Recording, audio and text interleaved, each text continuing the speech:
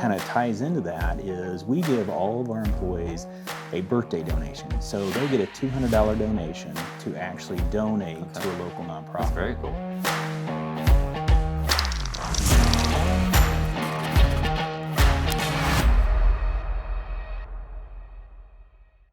So hi everybody, welcome again. Thanks for joining. I'm Justin Kroop with Level5, I run marketing. And today we're checking in with Brad Monts of Hoosier Heartland. So thank you so much.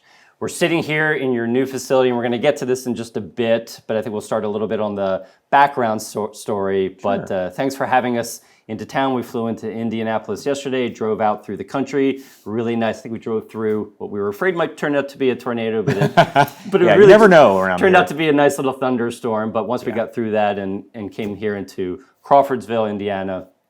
So we're sitting in your new ops center, and then we're right across the parking lot, give or take, to a new branch that's coming online. So I think we'll talk to that in just a bit. But give us a little bit of a background about you personally and professionally, where you started, how you came into the bank and ascended to the role. I think you may have started off as a loan officer, if I'm not mistaken. Yeah, a little bit of everything. Yeah. As a lot of people will say, in a career, you kind of learn a little bit of everything. And so I kind of grew up in this area, went to high school, a local high school here. And when I came back from college, it's like, oh, there's an opportunity in this small town. And it's like, I didn't hardly even know where this town was and didn't know anything about the bank. And so I started in 1990.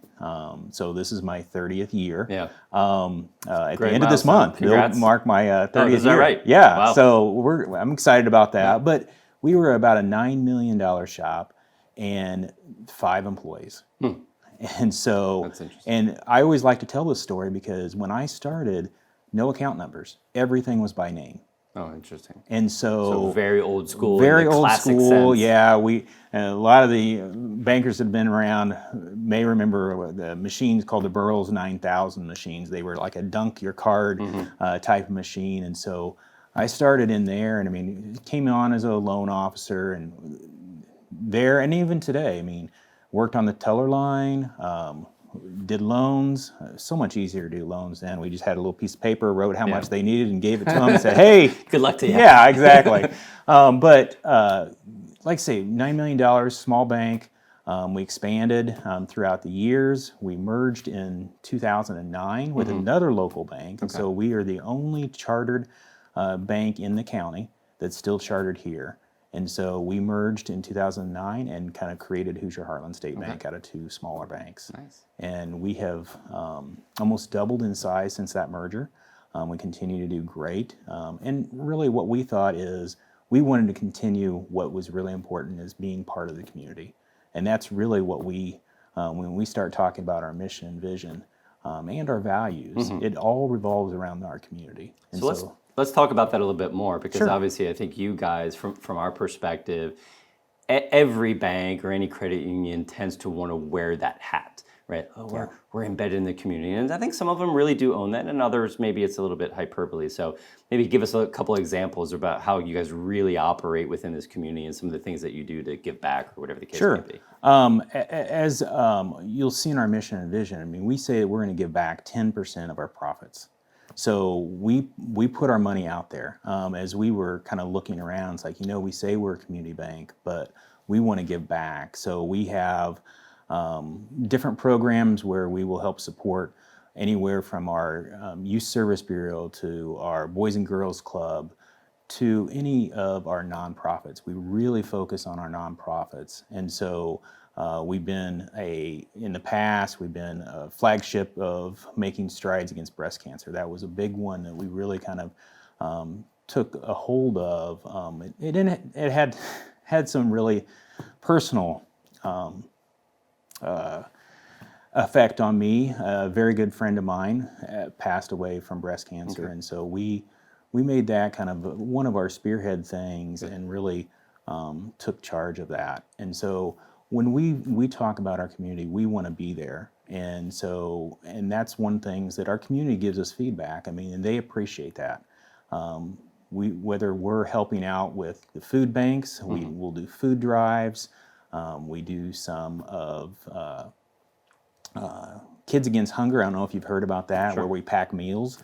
We typically try to do that once or twice a year, where we come together as a team and just pack boxes of food. That's great. And so we try to do service projects in our community, as well as providing opportunities for our team to serve on boards or participate in one of the local nonprofits' activities. That's great. And do you allow employees to? Some companies allow their employees to either have designated days, a quarter, or a half a year, to say, okay, if you don't have to necessarily take PTO today, but if you want to do something because you're giving back to the community, do you afford the employees to do that? We do not through sponsorship. Yeah, okay. we do not, but we do allow them to do some things. And so one of the things that kind of ties into that is we give all of our employees a birthday donation. So they get a $200 donation to actually donate to a local nonprofit. That's very cool. So what we do is we have this HHSB van that we actually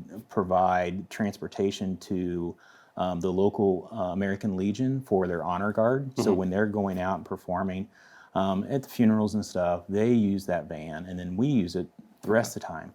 We take our team out, so we'll gear up and we'll take out 5 or 6 people, and we'll make a trip of it and just go around visiting nonprofits for the day. Nice. And they get to go donate to their local charity of their choice. So it's been fun. I mean, definitely embedded in the community. It is, and I think that's one of the things that really tie our team to that as well, because it's their heartstrings charity, and so they get to make that donation in person. Cool.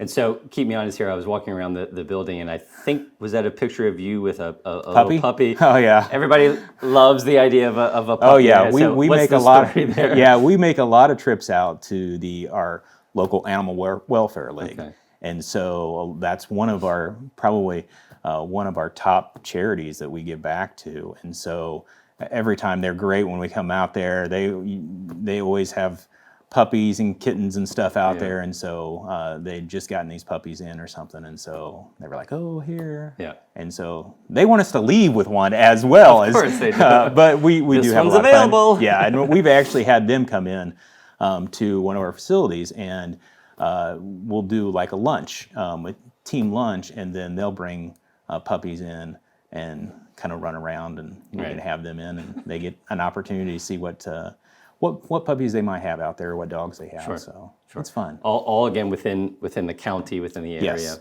Yep. And just for my own benefit, and maybe the people who are watching this as well, I always try to put things geographically in perspective. So we're about, give or take, an hour, at least it took us about an hour from the airport, but I think we're about west, maybe northwest slightly from... Yeah, we're a little northwest of Indianapolis. Yep. It takes about an hour from the airport.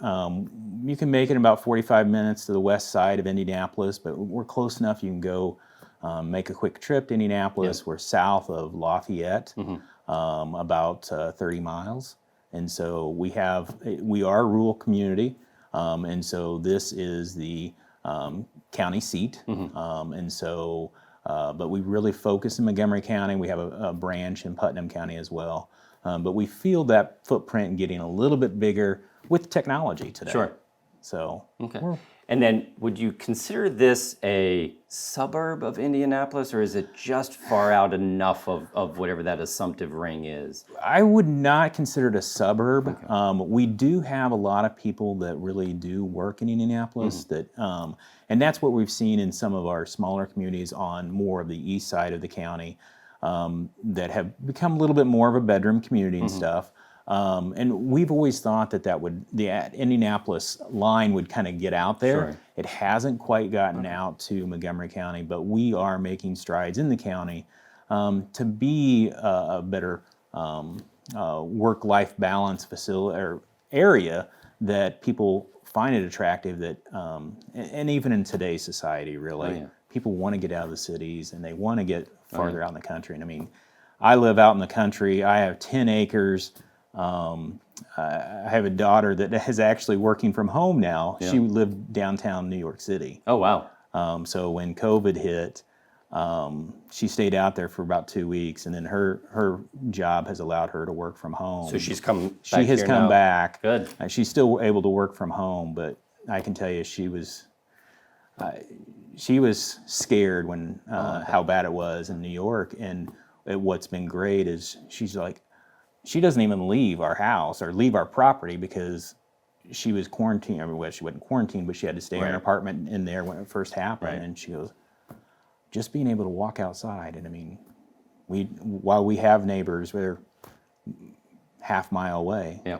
So it's nice out here. Yeah. Well, I mean, we were commenting as we've been in. There's a charm to it. Yes. Right. And it's undeniable, right? The open spaces and there's just something about it. Going back to the New York City thing, I know exactly what we were talking about.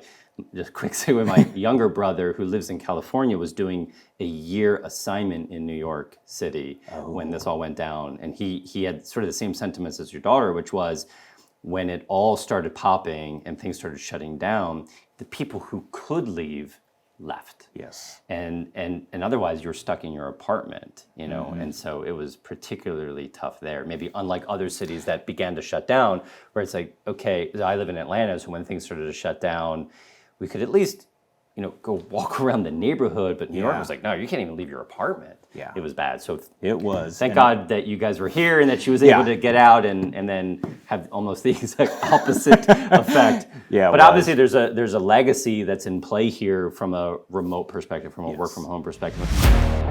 Hey, to stay in tune with what we've got coming up next week or the weeks thereafter, hit that subscribe button. That bell button is going to notify you every time we drop a new video. Enjoy the next one.